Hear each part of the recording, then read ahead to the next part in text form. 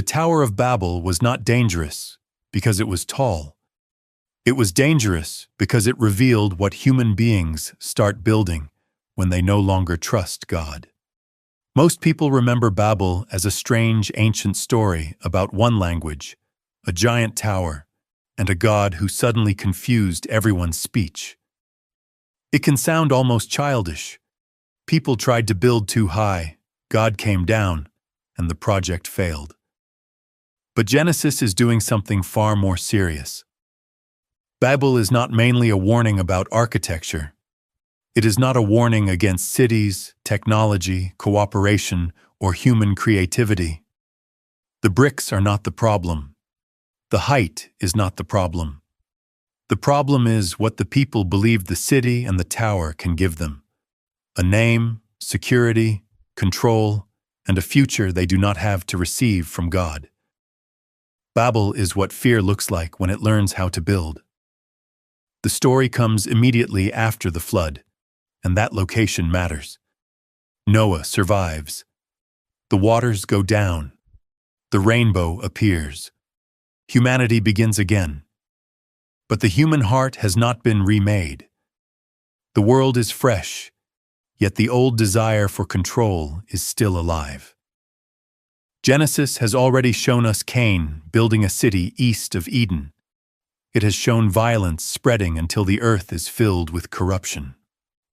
The flood judges that world, but then the nations begin to grow again, and before long, humanity is gathering around another city. The flood washed the world, but Babel proves the old heart was still building. That is why the story is so unsettling. Humanity has received mercy. Humanity has seen judgment. Humanity has been given another beginning. And still, people try to create life on their own terms. Genesis 11 begins with a sentence that sounds positive. The whole earth had one language and the same words. One language, shared speech, shared purpose, shared direction. In a divided world, that can sound beautiful. We often assume unity must be good simply because people are united. But the Bible is more careful than that. Unity is not holy just because everyone agrees. A crowd can unite around mercy or around pride. A nation can unite around justice or around fear. People can speak with one voice and still be moving in the wrong direction. Babel shows us that unity can become dangerous when it is built around self-exaltation and protected from correction. The question is not only whether people are together. The deeper question is what holds them together. The people travel east and settle in a plain in the land of Shinar. Then they speak to one another. Come, let us make bricks and burn them thoroughly. Genesis even explains their technology. They use brick for stone and bitumen for mortar. This is human skill. They are adapting to the land. They are solving problems. They are creating new possibilities. There is nothing sinful about making a brick. There is nothing sinful about discovering better materials or organizing labor. The Bible does not fear human intelligence. Human beings were created to cultivate the earth, develop its potential, and build communities. The warning begins when human ability becomes a substitute for trust. Then they say the sentence that exposes the heart of Babel: Come, let us build ourselves a city and a tower with its top in the heavens, and let us make a name for ourselves, lest we be scattered over the face of the whole earth. Every part of that sentence matters. Let us build ourselves a city. Let us make a name for ourselves, lest we be scattered. This is not just a construction plan. It is a salvation plan. The people believe the city can save them from being scattered. They believe the tower can give them identity. They believe a name they manufacture can protect their future. They are trying to build what only God can give. That is why the tower is not the real center of the story. The name is. Let us make a name for ourselves. In the ancient world, a name meant more than a label. It meant reputation, memory, significance, and lasting identity. To have a great name was to matter beyond your own lifetime. Babel wants greatness without gift. It wants identity without calling. It wants permanence without dependence. The people do not wait for God to name them, bless them, or send them. They decide to become the source of their own significance. That makes Babel one of the most modern stories in the Bible. We still build names. We build them through success, visibility, reputation, wealth, influence, achievement, status, platforms, and applause. We may never stack bricks into a tower, but we know the pressure to become unforgettable. We know the fear of being ordinary. We know what it is to believe that if enough people recognize us, if our work becomes large enough, if our name travels far enough, then we will finally be safe from being insignificant. Babel is ancient, but the anxiety beneath it is everywhere. And pride is only half the story. The other half is fear, lest we be scattered. The people are not only ambitious, they are afraid. They want to stay together because scattering feels like loss of control. They want one place, one project, one center, one name. The city promises protection from uncertainty. The tower promises visibility. Their unity becomes a fortress against the future God commanded humanity to enter. From the beginning, humanity was told to be fruitful, multiply, fill the earth, and spread life across creation. Babel says no. We will remain here. We will gather around what we can control. We will build high enough and strong enough that we do not have to risk obedience. Babel was not only arrogance. It was fear organized into architecture. The people were not merely reaching upward. They were closing inward. They were building a world where everyone shared the same project, and where the project itself became the source of belonging. That is what makes Babel dangerous. Fear can build impressive things. Fear can make people productive, organized, and united. But when fear becomes the foundation, the structure eventually demands control. Everyone must speak the same language. Everyone must serve the same name. Everyone must help protect the same tower. This is why the story cannot be reduced to people tried to reach heaven. Ancient towers often had religious meaning, and Genesis certainly uses the language of a tower reaching the heavens. But the text does not say God was worried they would physically climb into his home. The tower is a symbol of human ambition, but the deeper issue is the world forming around it.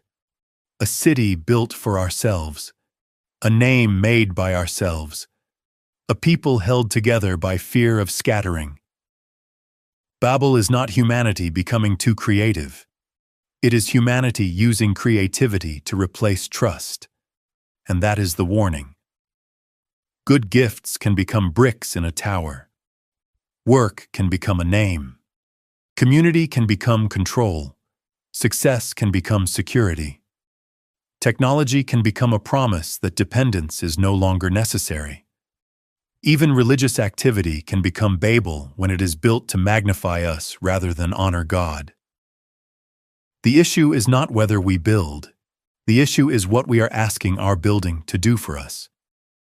Before we go further, I want to ask you one question. What do you think drove Babel more? Pride, fear, or control? Comment one word. Pride, fear, or control. Because Genesis shows all three working together. Pride says, make a name. Fear says, do not be scattered. Control says, build a city strong enough to keep the future in our hands. And what God does next shows why that combination could not be allowed to grow without limits. Genesis says the Lord came down to see the city and the tower the children of man had built. That sentence contains one of the sharpest pieces of irony in the story. From the ground, the tower looks enormous. It is the center of their world, the proof of their ability, the structure they believe can touch the heavens. But from heaven, God has to come down to see it. The tower is impressive only from below. Human pride always looks larger when we stand close to it. God is not threatened by the tower. He is not worried that humanity will climb into heaven, overthrow him, or become divine through engineering. Genesis does not present God as a nervous ruler protecting his territory. The danger lies in what organized human rebellion can become. God says the people are one. They have one language, and this is only the beginning of what they will do. Nothing they propose will now be withheld from them. Read badly, that can sound as if God fears human potential, but the context says something else. The same humanity that produced Cain, Lamech, violence, and the flood is now concentrating its power in one place, under one project, with one voice. The issue is not that human beings can achieve too much good. The issue is that corruption becomes more destructive when it becomes unified, organized, and protected from limits. A single proud person can hurt others. A proud civilization with shared language, technology, labor, and power can build systems that multiply harm. Babel shows the moment when private fear becomes public structure. The people's anxiety about scattering does not remain a feeling. It becomes a city. Their desire for a name does not remain an idea. It becomes a tower. Their refusal to trust does not remain personal. It becomes a culture everyone is expected to serve. This is why God interrupts them. He is not crushing innocent creativity. He is placing a limit on concentrated rebellion. Then God says, "Come, let us go down and confuse their language, so they may not understand one another's speech." The people once said, "Come, let us make bricks. Come, let us build." Now God answers, "Come, let us go down." Their repeated "let us" is met by God's action. The builders believed their shared words would secure their future. God touches the very thing holding the project together. Their language fractures. Cooperation breaks down. The tower stops. The city is left unfinished. The people are scattered over the face of the earth. This is judgment, but it is also restraint. God does not send another flood. He does not erase humanity. He interrupts the project. He limits the reach of their false unity and forces the scattering they were trying to prevent. The people feared being spread across the earth, but spreading across the earth was part of humanity's original calling. They were meant to fill the world with life, not lock themselves inside one monument to their own name. Babel turns obedience into a threat. God turns their feared scattering into the means by which the nations continue. That does not make the confusion painless. Language barriers can divide, isolate, and create suspicion. The story explains a world in which people struggle to understand one another. But Genesis does not say diversity itself is evil. The nations are not a mistake. Different peoples and languages are not something the Bible later tries to erase. The problem at Babel is not that many languages appear. The problem is the proud project that came before the scattering. Babel is false unity before it becomes diversity. This distinction matters because people often imagine the ideal world as one where every difference disappears. But the Bible's final vision is not a colorless humanity with one culture, one accent, and one human name. It is a multitude from every nation, tribe, people, and language gathered before God. Diversity remains. What changes is the center. At Babel, people gather around their own name. In the final vision, the nations gather around God. At Babel, unity depends on control. In God's kingdom, unity is created through worship, truth, mercy, and shared life without erasing difference. So God's action at Babel is not an attack on diversity. It is an attack on a unity that has made pride sacred. A society can be highly coordinated and still deeply unjust. People can agree on the same goal and still be wrong. A common language cannot save a people whose common desire is self-exaltation. Babel warns us not to confuse efficiency with goodness. The fact that a project works does not mean it is righteous. The fact that everyone supports it does not mean it is wise. The fact that it grows does not mean God approves. This is one reason Babel remains painfully relevant. Modern people often judge a structure by its size, reach, speed, and success. Does it scale? Does it attract people? Does it dominate attention?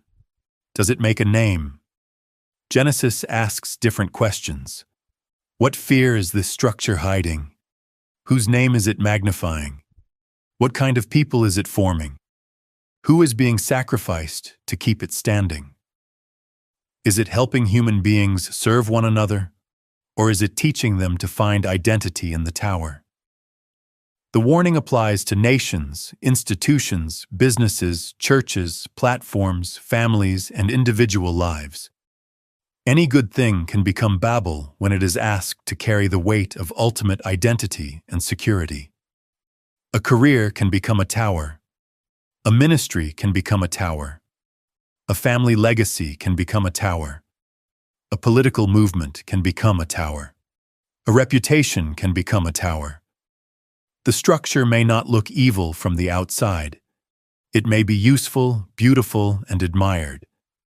But if it exists so that we can make a name, escape dependence, and control the future, Babel is already present in the foundation.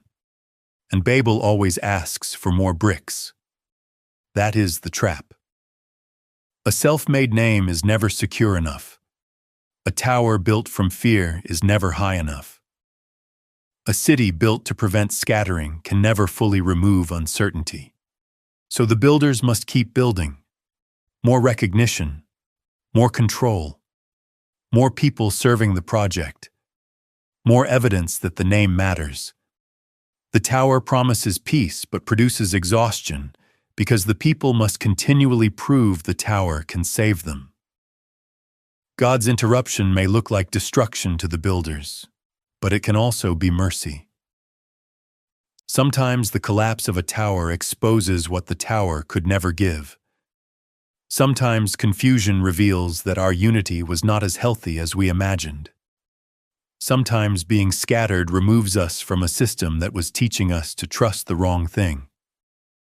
Babel shows that God may frustrate a project, not because he hates human flourishing, but because he refuses to let a false salvation become absolute.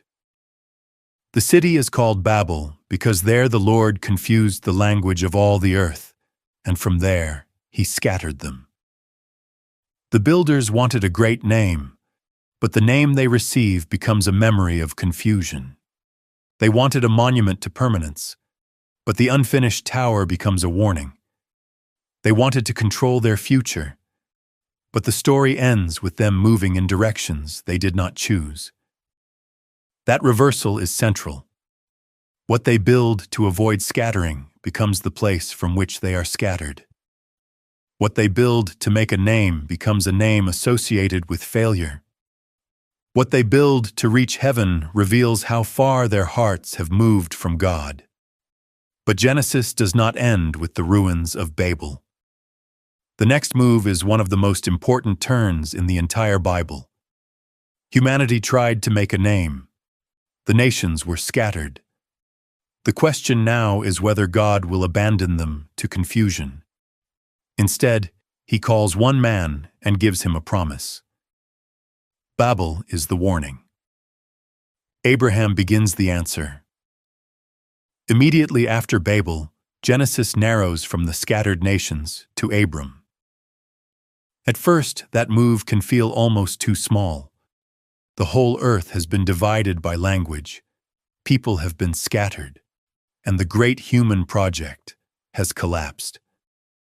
Then God speaks to one man from one family and tells him to leave his country, his relatives, and his father's house. But the narrowing is not abandonment. God is not forgetting the nations. He is beginning a plan for them. The contrast with Babel is precise. At Babel, humanity says, "Let us make a name for ourselves." To Abram, God says, "I will make your name great." At Babel, people build a city because they fear being scattered. Abram is commanded to leave the security of home and walk toward a land God will show him. Babel gathers inward to protect itself. Abraham is sent outward so blessing can reach others. Babel seeks greatness it can manufacture. Abraham receives a promise he cannot produce. The builders trust bricks. Abraham must trust a voice. This is why Babel must be read as more than the origin of languages. It prepares the way for the promise to Abraham. God's answer to humanity making its own name is not to destroy every name. It is to give a name for a purpose. God tells Abraham that he will become a great nation, that he will be blessed, and that through him all the families of the earth will be blessed. The nations scattered at Babel are still in view. The story focuses on one family because God intends to reach every family. That changes the meaning of greatness. Babel wants a great name that draws attention inward. Abraham receives a great name that carries blessing outward. One kind of greatness says, "Look at what we built." The other says, "Through you others will be blessed." One uses people as bricks in a monument. The other turns blessing into responsibility. Babel's name exists to protect the builders from being forgotten. Abraham's name exists so God's promise can move through history toward the world. The difference is not that Abraham never struggles with fear or control. He does. His story contains hesitation, failure, and attempts to secure the promise through human plans. The real contrast is between human self-salvation and divine promise. Babel says, "We will build our future." God says to Abraham, "I will show, I will make, I will bless." The future shifts from human grasping to divine gift. But the Bible does not leave Babel behind after Genesis. Its spirit keeps returning. Later empires build cities, monuments, armies, and names. Babylon becomes more than a location. It becomes a symbol of human power organized in defiance of God, a world that attracts the nations through wealth and splendor while feeding on pride, exploitation, and violence.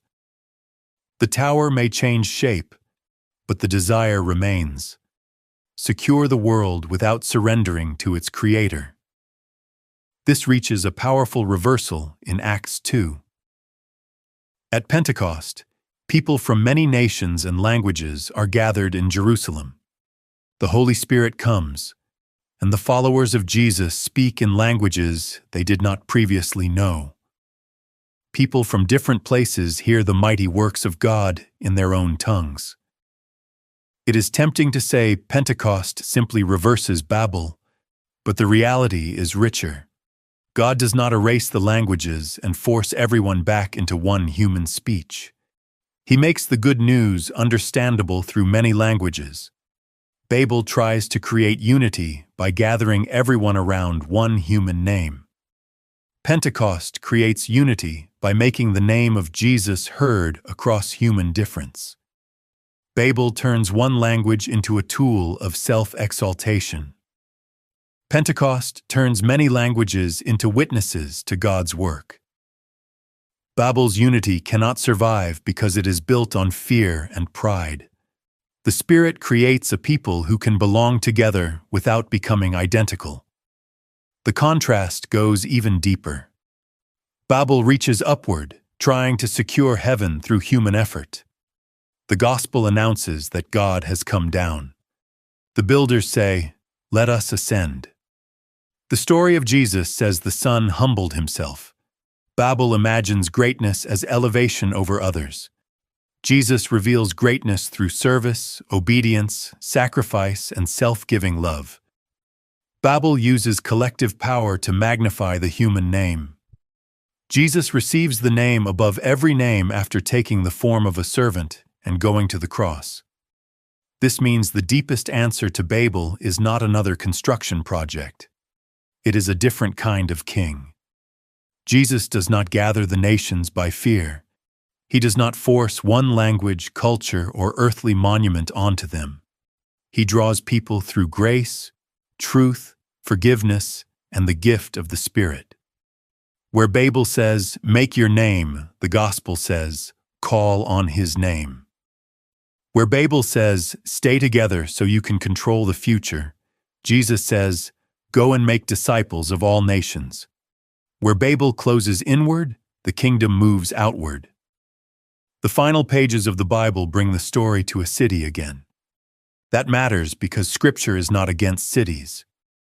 The answer to Babel is not an empty earth where no one builds anything. The Bible begins in a garden and ends with the New Jerusalem. But this city is fundamentally different. It comes down from God. It is not raised by humanity to force its way into heaven. God dwells with his people there. The nations walk by its light. The leaves of the tree are for the healing of the nations. Human culture is not erased, but purified and brought into God's presence. Babel and the New Jerusalem are both city stories, but their centers are opposite. Babel is built to make a human name. The New Jerusalem is filled with the glory of God. Babel gathers people in fear of scattering. God's city welcomes the nations in peace. Babel depends on control. God's city has open gates. Babel rises from anxiety. God's city descends as gift. Babel's builders try to secure their future. In the final city, the future is received from the one who makes all things new. That is why Babel is a warning, not merely an ancient failure. It warns us that people can build something extraordinary for reasons that are spiritually destructive. It warns us that fear can disguise itself as vision. Pride can disguise itself as unity. Control can disguise itself as protection. A project can look impressive and still teach everyone inside it to trust a human name more than God. The warning is not, "Do not build." Human beings are made to build. We build homes, communities, businesses, art, institutions, families, and cultures. The question is whether our building becomes an act of stewardship or an attempt at self-salvation. Are we creating something that serves life, or something that demands life serve it? Are we using our gifts to bless, or using people to enlarge our name? Can we obey God even if the project becomes smaller? Or does the project now control us? Can we receive limits, or must the tower keep rising? Babel also warns us about the loneliness hidden inside self-made greatness. The builders are surrounded by people, yet fear drives them. They have one language, yet they are not at peace. They are creating a name, yet they are terrified of disappearing. Their unity is real, but it cannot heal the insecurity beneath it. False towers gather crowds without giving rest. They produce recognition without identity. They promise permanence but make everyone afraid to stop building. The gospel offers something Babel cannot: a name received rather than manufactured, a family gathered without fear, and a future held by God rather than controlled by us. The Bible's answer to the desire for significance is not that names do not matter. It is that a name becomes whole only when it is received as gift and turned toward blessing. So what was so dangerous about Babel? Not the height of the tower, not the brick technology, not people working together. Babel was dangerous because it gathered fear, pride, and control into one system and called that system salvation. It taught people to find identity in what they built, security in staying together, and greatness in making their own name. God came down not because the tower was close to heaven, but because the human heart was moving farther from Him. And what was the warning? Do not build a world where your name replaces His. Do not confuse unity with righteousness. Do not trust progress to heal the heart. Do not turn gifts into a tower or people into bricks. Build, create, organize, and work, but do not ask the structure to become your God. Babel was not just a tower people failed to finish. It was a picture of what humanity keeps trying to finish in every age. The tower changes. The bricks change. The name changes. The temptation does not. But Babel is not the final word.